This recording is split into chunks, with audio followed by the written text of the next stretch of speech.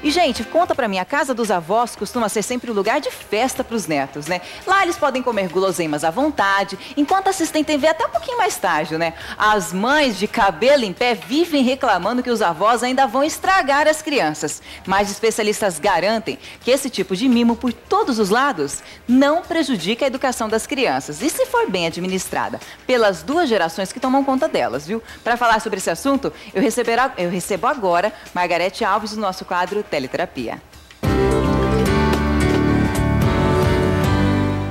Boa tarde, Margarete. Boa tarde, Larissa. Margarete, qual deve ser essa relação entre avós e netos? Como deve ser? Então, eles não são mais responsáveis pela educação das crianças, assim como eles foram com os filhos deles, né? Mas existem alguns avós que têm um contato muito próximo, às vezes são responsáveis até para cuidar deles todos os dias.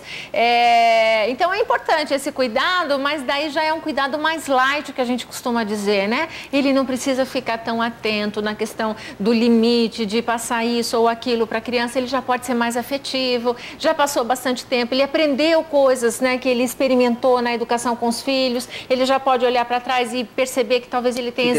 Exato, o que deu certo, onde ele exagerou, o que ele pode fazer diferente. Então, geralmente os avós, eles estão mais doces, mais suaves e os netos, claro, que se beneficiam disso. Muitas mães e muitos pais dizem que os avós deseducam os filhos. Isso é verdade? Então, não deveria, né? Porque, na verdade, assim, a educação continua sendo do pai e da mãe. Se os avós exageram em alguns comportamentos, como, por exemplo, até o que você citou, né? Deixa comer fora de hora, dá mais doce do que os pais gostariam. Deixa brincar até mais tarde. Deixa brincar até mais tarde. Então, é sempre importante que esse diálogo aconteça entre os pais e os avós.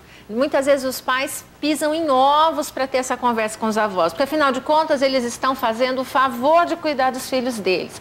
Mas é importante dizer, mãe, olha, o médico orientou que a alimentação dele deve ser regrada no tal horário, né? E estabelece algumas orientações. Passa esses limites para os avós. Para os avós. E se você fizer isso com amor, né, com educação, sem criticar os avós, o que é muito importante, é claro que esses avós vão receber essa orientação e, na medida do possível, eles vão cumpri-la. É numa conversa, então, Margarete? O diálogo é fundamental, né, Larissa, para entrar nessa negociação, para que os pais digam como, porque quem educa são eles, como é que eles querem que essa educação aconteça, mesmo na ausência deles.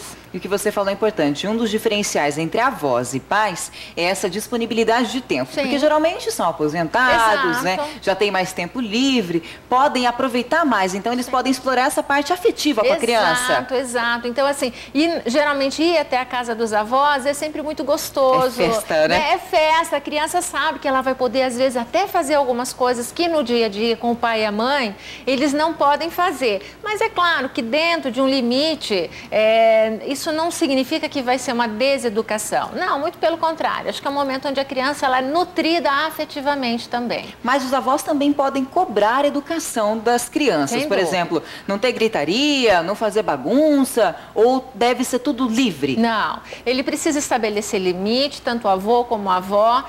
Eles são, na verdade, referências para essas crianças, mesmo que eles não tenham a responsabilidade em si de educar, mas eles são modelos, as crianças estão observando o tempo todo o comportamento desses avós. As crianças observam como os pais se relacionam com seus pais, né? Essa relação dos avós. Então, se um pai, de repente, diz, mas não fala assim comigo, mas eu vi você falando mal criado com seu pai. A criança então, tem que tomar cuidado. Ela está o tempo todo observando, então é preciso tomar cuidado, né? Então, assim, o modelo, ele ainda é muito mais importante do que o que se fala, o discurso. Às vezes as pessoas ficam tão presas na palavra, né? Vai chamar atenção, dá um sermão interminável, né?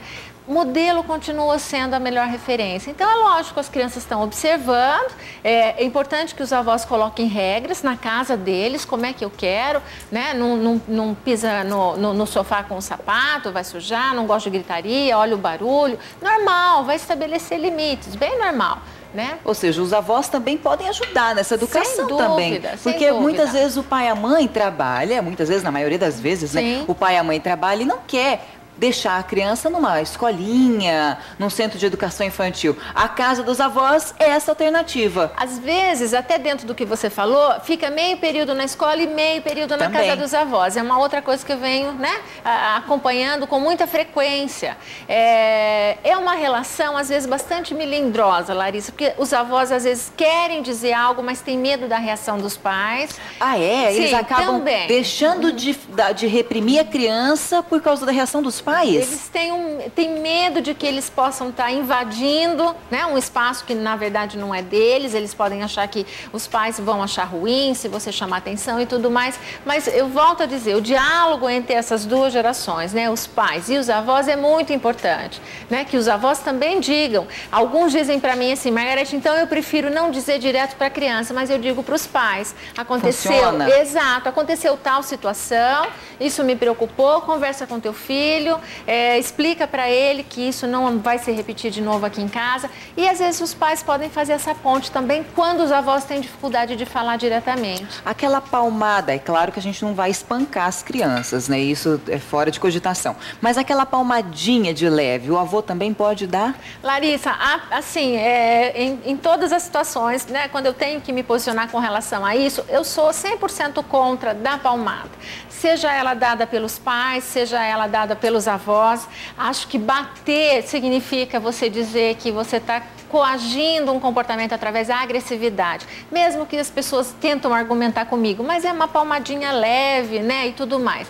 Mas não é isso que a gente vê acontecendo. Não é desse jeito que educa. Não, porque geralmente os pais, quando vão bater na criança, eles estão descontrolados. Estão nervosos, perdem o controle. Eles perdem o controle. Então essa palmada, não, eu falei suave, eu bati de leve. Mas sempre machuca, entendeu? né, Margarete? Na maioria das vezes os pais acabam se arrependendo, porque eles sabem que se eles estivessem mais calmos, eles teriam agido de uma outra forma.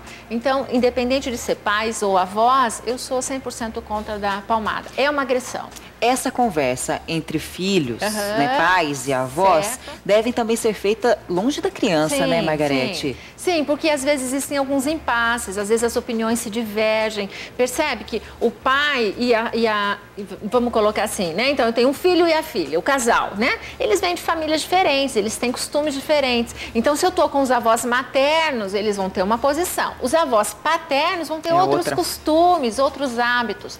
É importante que essas conversas, esse consenso seja negociado longe das crianças, para as crianças não perceberem, porque elas são muito inteligentes e elas vão... E como? Né? Elas são, às vezes, mais inteligentes do que os pais, né? E não adianta, pequenininha ou qualquer idade, elas conseguem dar realmente essa volta. É incrível, né, Margarete? Então, se ela quer fazer algo, ela sabe que o pai não deixa, mas a mãe vai deixar. Ela vai pedir para a mãe longe do pai. E com os avós isso vai acontecer, com certeza. Tá certo, Margarete. Então, a dica fica aí. A relação avós e netos realmente faz bem. Sim, e não tem nada a ver que o avô e a avó vai deseducar, vai desensinar tudo aquilo que a criança já aprendeu, né, Margarete? Não, de forma alguma. É sempre uma relação muito deliciosa, né? Onde a criança, como eu falei, ela se sente alimentada, porque ela recebe atenção, carinho, afeto, amor. E muitas vezes os pais, nessa correria, né, acabam não tendo tanto tempo como eles precisariam, as crianças precisariam. Tá certo. Queria agradecer a sua presença hoje, viu, Margarete? Eu que agradeço. Muito obrigada.